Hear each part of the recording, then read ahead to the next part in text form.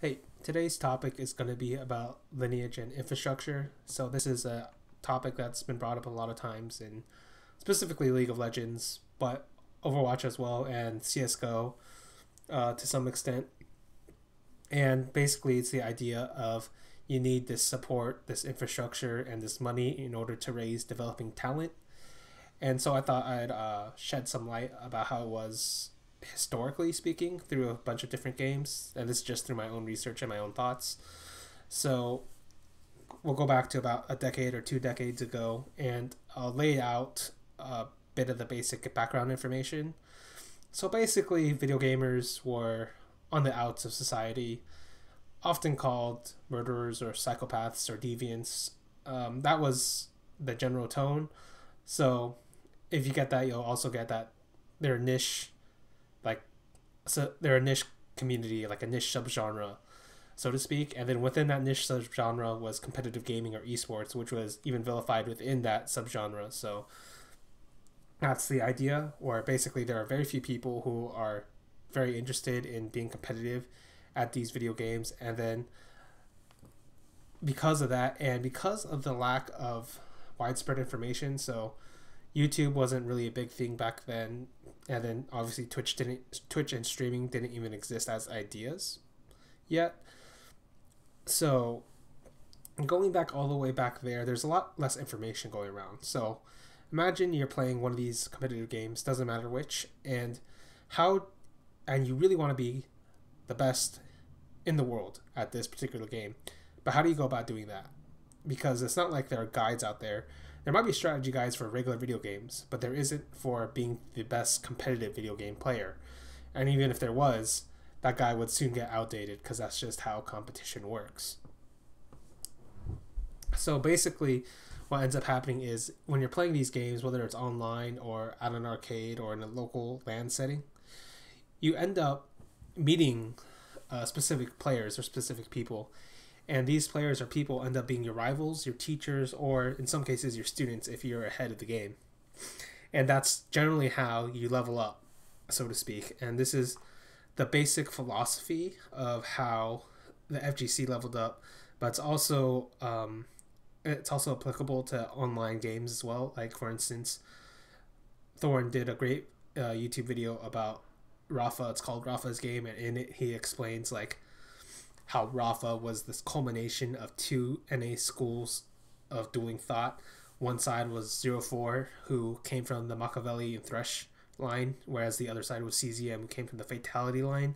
And then he took these ideas and then he refracted them through his own beliefs, through his own skills, and they became what we now know as one of the great all-time Quake players.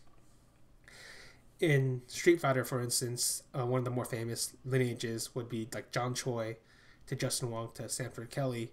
John Choi being one of the first rivals of Daigo, Justin Wong being another rival of Daigo. And then this is a important event within this trilogy of Lineage. Was Justin Wong was playing Marvel vs. Capcom, and he was the god of that game. And there was this 2 to 3 year span where he goes undefeated, and the reason for that is obviously because there's a lot less information. He was above the curve, and the second best player was the guy he was teaching, which was Sanford Kelly, and Sanford Kelly would be the person to topple him eventually. But this basically explains how it was back then, where it was very hard to disseminate information across areas. So you had to go to you had to find a mentor or a teacher, a kind of lineage, so to speak. And we see this often. Actually, we see this a lot in the current modern era of Dota 2, where the ladder is good for raising individual players, but you rarely see the case where five no-name players off the ladder team up and then rise to the top. And the reason is because there's a huge difference between top tier competitive like team play of Dota 2 and just pubbing on the ladder. But what we do see in Dota 2 is, for whatever reason, like it does create good individual players as compared to like League of Legends or Overwatch, where the correlation isn't quite as strong. So you see somebody like GH join Liquid, and then Kuroki's guy teaching him. Sumail joining EG, and then PPD makes him to a superstar player. Puppy and Secret does a bunch of this.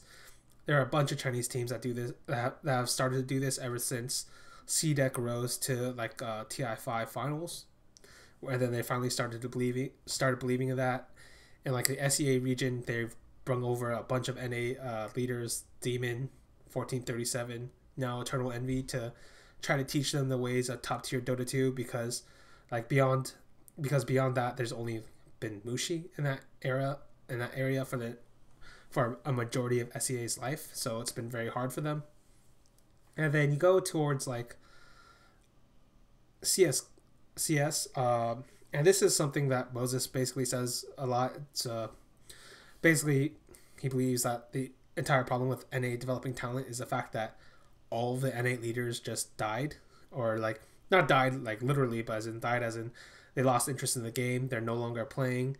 They're no longer inside the community, and like the one guy that is Rambo is in Korea, so it's very hard for them because they have to reinvent the wheel, so to speak, and that takes a lot of time. Beyond that, for instance, I think the best scene to look at when you want to look at infrastructure is Denmark for CS, because I think they are the best CS country, and a lot of it has to do with guys like Hunden, who are at the bottom or like tier 2 of the Danish scene, but he's basically the farm league where everybody goes to play under him.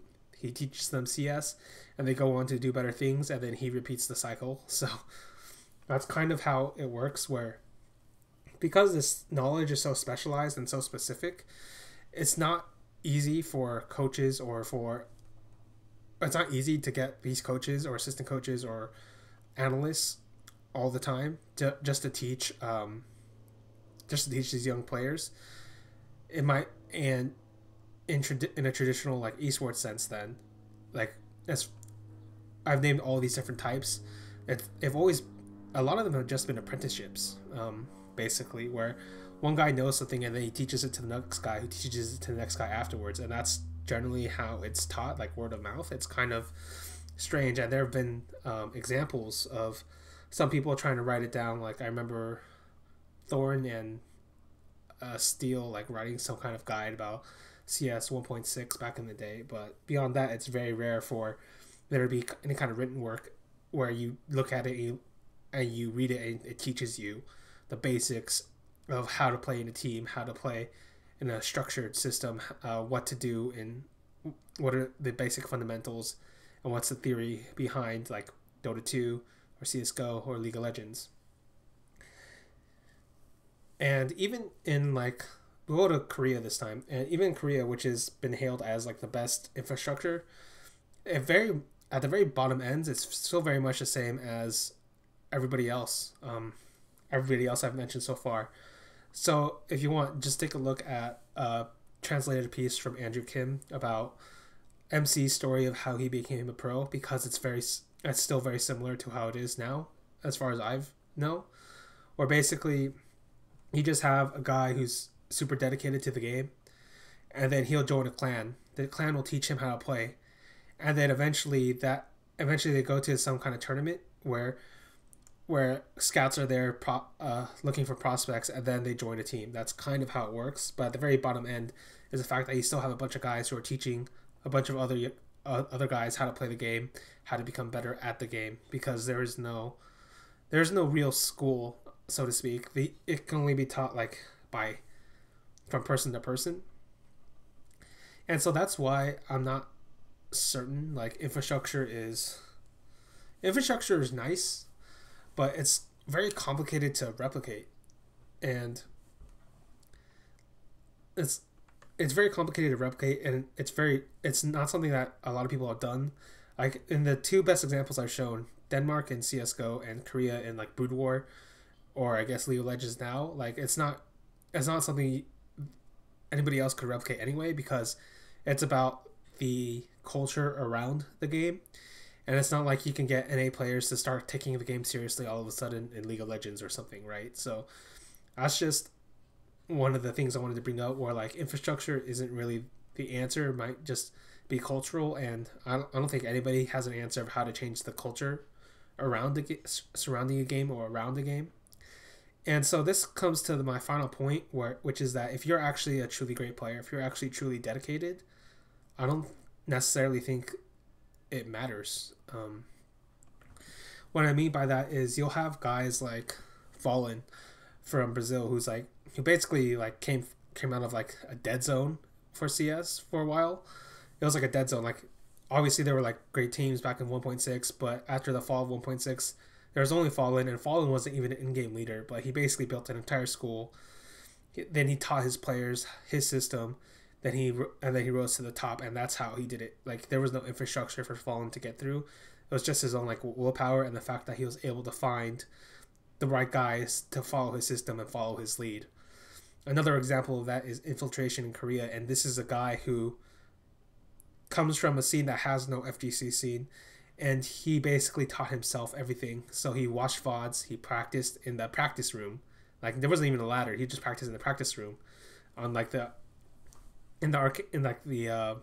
console version, and that's how he rose to the top. And he is one of the all-time great FGC players as well. And then you go to like Korea in Dota 2, that's another dead scene, and that's a scene where like basically there's only 10 guys playing it, and they could only play against each other, and they eventually rose to become like an upset team, and they even won like some tournaments before they split up in 2015. And obviously now they're NA, but the point still stands is that infrastructure is great and infrastructure is nice, but it's not requisite to requirements, I believe, for truly dedicated individuals. And I think that's my sticking point, I guess, for a lot of different when people get into arguments about why a region is weak or why a region is not weak. I feel like NA was always going to be weak because NA didn't have the right 5 guys, I guess. The dedicated guys, the guys who don't give a fuck about all of the reasons as to why everything is shit. The guys who will just pull through regardless. Obviously they do now in certain games like CSGO or Knuckle Do and Punkin FGC, but like League of Legends, I still don't really see it. In Overwatch, I guess I'll reserve judgment. It's just started, but basically infrastructure is nice and infrastructure is great, but for the truly great players, for the truly ascended players, for the truly dedicated players, they'll make it work regardless. And I think that's much more important than infrastructure, but that's not something you can improve with just money. So it's a bit of a quandary. All right, those are just my thoughts about it. I'll see you later.